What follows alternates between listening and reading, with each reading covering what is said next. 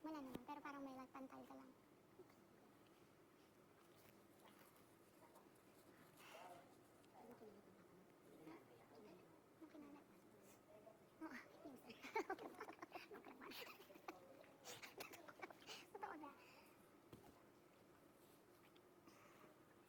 Papa mo, Kobe.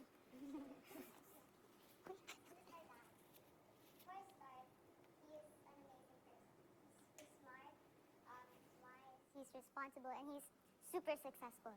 He's literally the person I aspire to be in the future. Wait lang, I'm like scared. Okay, so I used to be his princess. Like, I used to be such a sweet girl at home. Like, I'd literally like, I'd always give them gifts. I'd always like, I'd always make an effort to, during celebrations, like their birthdays, ganon. But then I started to be like a bee. A bee. I'm a bee at home. Like, I'm such a brat. Like, until now, at home. Like, I'm always masungit. I'm always mataray. Like, I barely talk to my parents. Like, we're close as a family. Like, we're super close. Like, we hang out, ganon. We have like moments, pero most of the time, we'd have our own worlds, especially me. Like, I'd always like, exclude myself from them. I'm close with my siblings. I have 3 other siblings. I have an ate, I'm second, I have a little brother, and I have a little sister.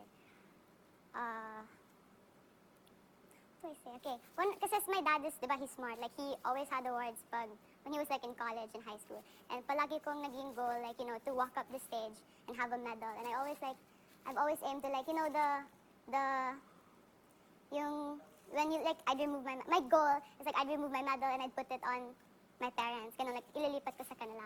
And I was aiming to do that in high school, like, grade 9, I was honors, but then, then I became, like, academically, I'm a good student, but morally, like, I'm horrible. I cut classes, ganun, I literally cut classes. I got suspended when I was in 10th grade, so I was, yeah. So, because of this attitude of mine, I tend to be so ungrateful sa lahat ng ginagawa ng parents ko. And because of that, like, I'd be so embarrassed kasi I wouldn't have, like, we have a good relationship, but I struggle talaga to get close with my dad.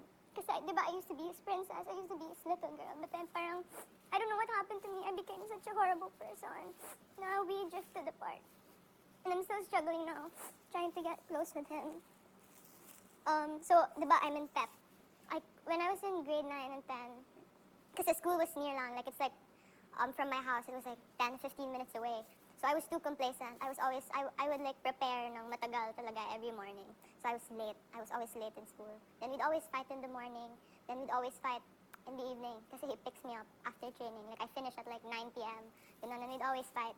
And wala lang, like, whenever kasi, like, when my mom gets mad kasi I'm not scared of her, like, parang I'm sanay with her, like, yelling at me and stuff. But with my dad kasi, it's when, like, it's really serious. Not that hindi serious yung sa mom ko, but like with my dad, he barely gets mad. And parang, after training, syempre, because I'm tired, ganun. And, like, if I'm being honest, my coach before is also strict. Like, minsan, napapagalitan din ako sa training, especially when I was a new member.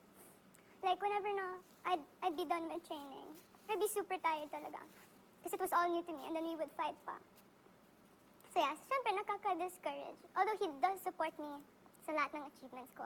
Like, I know that for sure. But, yung, like yung iba sa inyo, like, my dad doesn't, you know, show affection. He doesn't, like, he barely shows affection. Like, I can't even remember the last time he told me na he's proud of me, ganon. I can't remember. And, when I joined PBB kasi, like, this is what happened. Like, there was a 1-minute video, diba? Then I told my mom about it na, oh, mommy, I'm gonna try. Ganon. And she said, okay, sige, you can go try, ganon. Then when I got in, like, the next few rounds of the audition process, we had an argument, me and my parents. Like, they were saying a lot of things na parang, you shouldn't, like, my dad said na, like, what do you want, I think, like, he said na, wait, I'm trying to remember it. Parang he said na, so what do you expect, what are you trying to, like, tell us, like, you want to drop out of the, because, like, it's a university, it's one of, like, the big schools in Manila, and parang, I really worked hard to get into that. Although it's not my dream school, I wanted to go to the blue school, but I failed. So, yun, like, well, Oh, wait lang, ito pa. Wait, back, okay. It was my 18th birthday, so it's debut, diba? And I'm not trying to like badmouth my dad, I love my dad, ganun. My pets. Parang, there's like a mini program during my debut. Not as my celebration. Then, parang over dinner when we were talking about it, my mom said something about, ay, baka naman I said kasi na, oh, do you wanna like say a message to me during the program?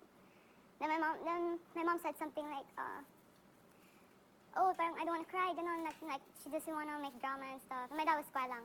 And then, my ate was saying, kasi me and my ate were planning, and my ate said, oh, sige, wag namin na. Then, parang I got bad trip, ganon. Then I told my sister na parang, why wouldn't they want to like say a message to me, diba? Because like, I don't know, since I barely hear those like, sweet words from my parents, since I barely like, get those things, like, it was my 18th birthday. It was like, I barely celebrate, ganon, with my friends and families, ganon, blah, blah, blah. And then my sister was like, oh, we're just gonna surprise them. So, okay, I expected. When my ate, I was celebrating now, this was after dinner, my 18th birthday. Wait, sorry if it's so iba-iba. I'm trying to like gather all the,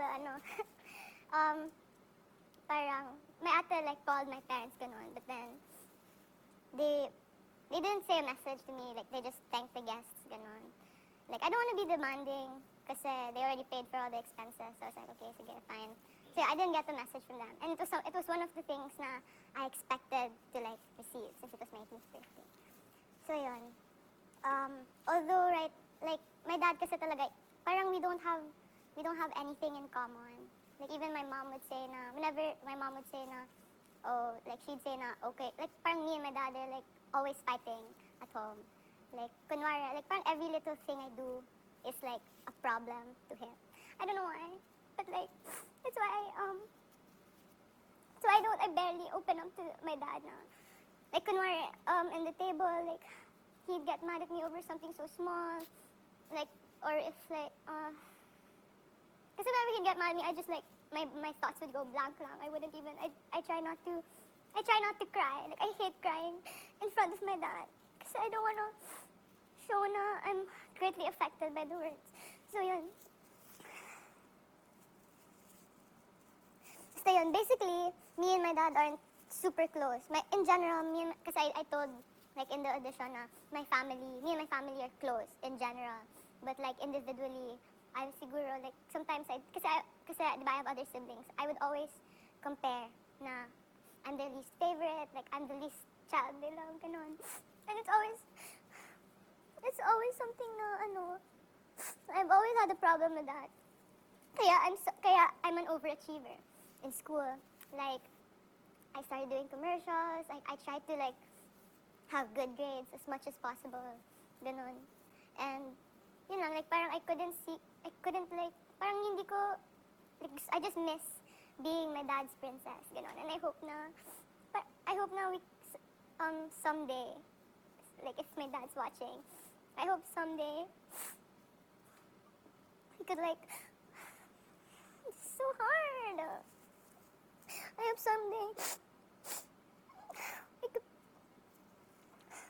we could put aside our differences, and I could finally, like, open up to him. I could finally talk to him comfortably. Like, I wouldn't feel like I have to force myself in my best behavior. Like, of course, I have to be my best behavior talaga to, but yung parang napipilitan ako just so that I wouldn't get scolded, ganon. Because I hate it when he gets mad at me. And yeah, but I love my dad. He's such an amazing person. And siguro it's just how he is as a person. Like, he's not, parang he doesn't show affection and stuff. But yeah, but he's a good provider. He's a good dad. He's a good husband to my mom. And I'm super proud of all his achievements. And of course, I still have hope na we could get closer. I mean, it's not too late to do that. My dad's young pa naman. He's like 49 ata. He's kinda young. So yun, like, yun lang. I don't wanna, thanks. Huh? Who wants? You. Gian. Andy, don't cry. Hug. Andy, don't cry. Andy, don't cry. Andy, don't cry.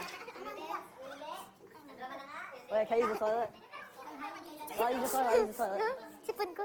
Ikaw na. Ay, ikaw na pinili, dali na. Bakit? Hindi nyo alam?